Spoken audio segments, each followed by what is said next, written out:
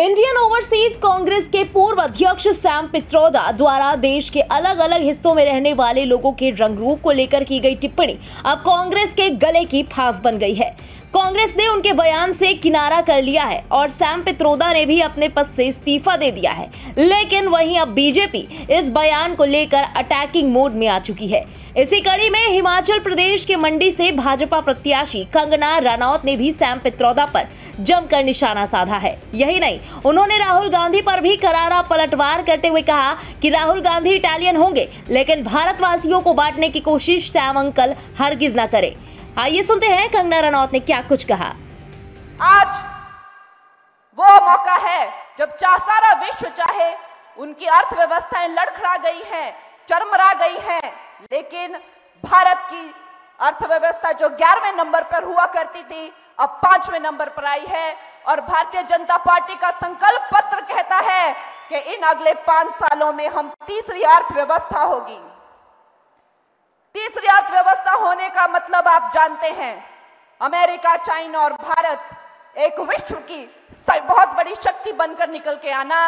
ये बहुत लोगों को बहुत ज्यादा पेट दर्द हो रहा है इस चीज से। तो आप कतई कांग्रेस को कमजोर मत समझिएगा। आप ये मत समझिएगा कि ये अंग्रेजों का बचा खुशा अंश है और अब पूरी तरह से पूरे भारत ने इसे नकार दिया है तो ये खत्म ही है। आप ये समझिए कि न जाने कितनी अंतर्राष्ट्रीय ताकतें, चाहे सोरोस हो चाहे चाइना, इस कांग्रेस को मजबूत कर रही है। न जाने कितने अरबों करोड़ों इसे दिया जा रहा है और हमारे देश में अस्थिरता लाने के लिए कितनी अंतर्राष्ट्रीय साजिशें की जा रही है। दोस्तों, आप ये मत सोचिएगा कि कांग्रेस सिर्फ एक बची खुची जो है अंग्रेजों का अवशेष है, ऐसा कतई मत सोचिएगा। दोस्तों, एक तरफ तो हमारी भारतीय जनता पार्टी है जिसके जो संस्कार और संस्कृति है वो किसी से छुपी नहीं है। हमारे जो नेतागण हैं, हमारे नड्डा जी जिन्होंने आज आकर हमें यहाँ बहुत ही उत्साहित और प्रोत्साहित किया है, आप सब जानते हैं एक सामान्य परिवार से आते हैं। जैसे कि मोदी जी एक सामान्य परिवार से आते हैं, वो बहुत ही संघर्ष कर इन्होंने ये पद प्राप्त किया है। कोई राजा रजवाड़ा से या किसी पारिवारिक विरासत से इन्हें पद नहीं मिला। और अब हम सब जानते हैं जब इन्हें राष्ट्रीय अध्यक्ष का जब सम्मान मिला था तो पूरे विश्व में हिमाचल का नाम क्या रोशन हुआ। और जब इन्होंने अपने कार्यकाल संभाले तो हिमाचल में एम्स से लेकर अटल टनल, न जाने कितने वैश्विक स्तर के इन्होंने यहाँ पे योजनाएं लाई। आज अगर हम इंफ्रास्ट्रक्चर की बात करते हैं, चाहे हम स्पेस रिसर्च की बात करते हैं, आज भारत जो है विश्व में सबसे विकसित देशों से कंधे से कंधा मिलाकर चल रहा है, क्योंकि हमारा नारा है कि हम अपनी जेब नहीं भरते, हम जनता के कल्याण के लिए काम करते हैं। मुझे कहते हैं ये तो हीरोइन है, हाँ तो इसमें क्या बुरी बात है। मुझे कहते हैं कि ये अपवित्र है।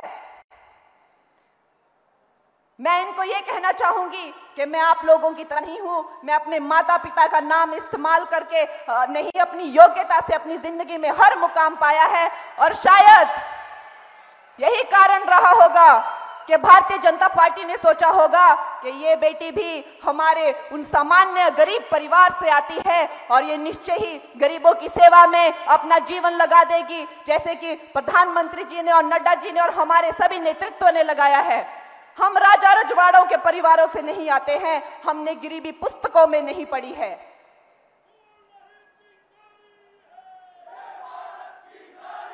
दोस्तों, ये 2024 का चुनाव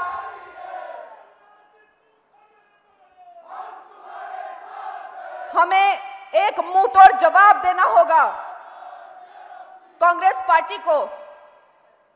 ना कि सिर्फ महिलाओं का, ये सेना बलों का भी अपमान करते हैं। ये कहते हैं कौन सी सर्जिकल स्ट्राइक हुई, हमने तो नहीं देखी। अरे क्या तुमको वहां लेके जाए क्या? हमारे सैनिकों को कहते हैं कि ये कायर है, ये गलवान गली में मार खा के आए हैं। क्या मनोदशा होती होगी उस माता की, क्योंकि आप जानते हैं ये तो वीर भूमि है, हिमाचल वीर भूमि है, जिसने अपना बेटा देश के लिए बलिदान दिया है, देश के लिए उसकी आहुति दी है। क्या उसकी मनोव्यथा होती होगी, आप सोच सकते हैं। लेकिन ये कांग्रेस की यही उसके रिवाज है, यही उनकी नीतियां हैं। इनके वित्त मंत्री ने एक बार कहा था कि ये बेकार और निठल्ले गरीब अनपढ़ गंवार लोगों का देश है, ये मोबाइल क्या यूज करेंगे। आज इनको शर्म आती है जो विश्व में मैक्सिमम डिजिटाइजेशन हमारे भारत में होती है और डिजिटल ट्रांजैक्शन भी हमारे भारत में यूपीआई के सक्सेस से इनकी नाक कटनी चाहिए, लेकिन नहीं कटती है, क्योंकि बेशर्म लोगों की नाक नहीं कटती, वो लोग ढीठ होते हैं। और इसी का नजारा हमने कल देखा। कांग्रेस की ये नीति रही है कि भारत और भारतीयों का, महिलाओं का, किसानों का, सैनिकों का हमेशा अपमान करते हैं। कल उन्होंने हमारे सब भारतवासियों को जैसे कि गाली दी हो। उन्होंने कहा कि जो काले लगने वाले भारतवासी हैं वो अफ्रीकन की तरह लगते हैं, जिनकी बादामी आंखें होती हैं वो चाइनीज की तरह लगते हैं, और ऊपर जो नॉर्थ से आते हैं वो गोरों की तरह लगते हैं, और जो गुजराती या महाराष्ट्री बेल्ट से आते हैं वो तो अरब देशों के लोगों की तरह लगते हैं। क्या आप सोच सकते हैं ये घटिया और नीच सोच के क्या आधार है? हमारे देश में चाहे कृष्ण हो चाहे राम हो, श्याम वर्ण के थे, उन्हें श्याम कहा जाता था, जिसका मतलब है कि जैसे काले रंग से भी जो काला रंग होता है उसे श्याम कहते हैं। और हमारे घर में आज भी कोई बच्चा पैदा होता है जिसका रंग काला होता है, उसका नाम श्याम रखा जाता है। हम अपने पूर्वजों की तरह लगते थे। द्रौपदी का रंग काला था, इसीलिए कृष्ण ने उसे अपना नाम दिया था और वो भी उसे कृष्णा ही कहते थे। हम अफ्रीकन की तरह नहीं लगते, हम अपने पूर्वजों की तरह लगते हैं। जब अर्जुन मणिपुर गए थे तो उन्होंने वहां एक हिंदू राजकुमारी से शादी की थी जिसका नाम था चित्रांगदा। तो क्या उन्होंने किसी चाइनीज से शादी की थी? कहां से आती हैं उनके दिमाग में ये बातें? सारा दिन इटालियन लोगों के साथ घूमकर इटालियन बोलते हैं, शायद उनका दिमाग ही भ्रष्ट हो चुका है। राहुल गांधी इटालियन होंगे, लेकिन हम लोगों को इस तरह से टुकड़ों टुकड़ों में विभाजित करने की कोशिश सैम अंकल ना करें। ये जो टुकड़ा सोच है ये भी कांग्रेस की ही सोच है दोस्तों। उन्होंने कभी इस देश को अखंडता से देखा ही नहीं, हमेशा टुकड़ों में ही देखा है। और शायद इसीलिए ये जो कांग्रेस सरकार है ये टुकड़े गैंग की एक सरकार बन चुकी है। आपको बता दें कि सैम पित्रोदा ने हाल ही में एक इंटरव्यू के दौरान भारत के विभिन्न राज्यों में रहने वाले लोगों पर विवादित टिप्पणी करते हुए कहा था कि भारत के पूर्वोत्तर राज्यों में रहने वाले लोग चीनी जैसे दिखाई देते हैं और दक्षिणी भारत में रहने वाले लोग अफ्रीकियों की तरह दिखते हैं। वहीं उत्तर भारत के लोग व्हाइट यानी अंग्रेजों की तरह और पश्चिमी राज्य के लोग अरब वालों जैसे नजर आते हैं। उधर इस विवादित टिप्पणी के बाद सैम पित्रोदा को कड़ी आलोचना का सामना करना पड़ा।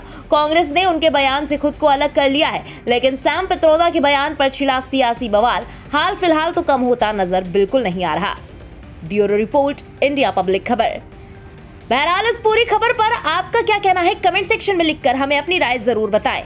देश और दुनिया की बाकी बड़ी खबरों के लिए बने रहें इंडिया पब्लिक खबर के साथ। हमारे YouTube चैनल को सब्सक्राइब करें और बेल आइकन दबाएं ताकि चैनल से जुड़ी सारी लेटेस्ट अपडेट्स आप तक वक्त से पहुंच पाएं।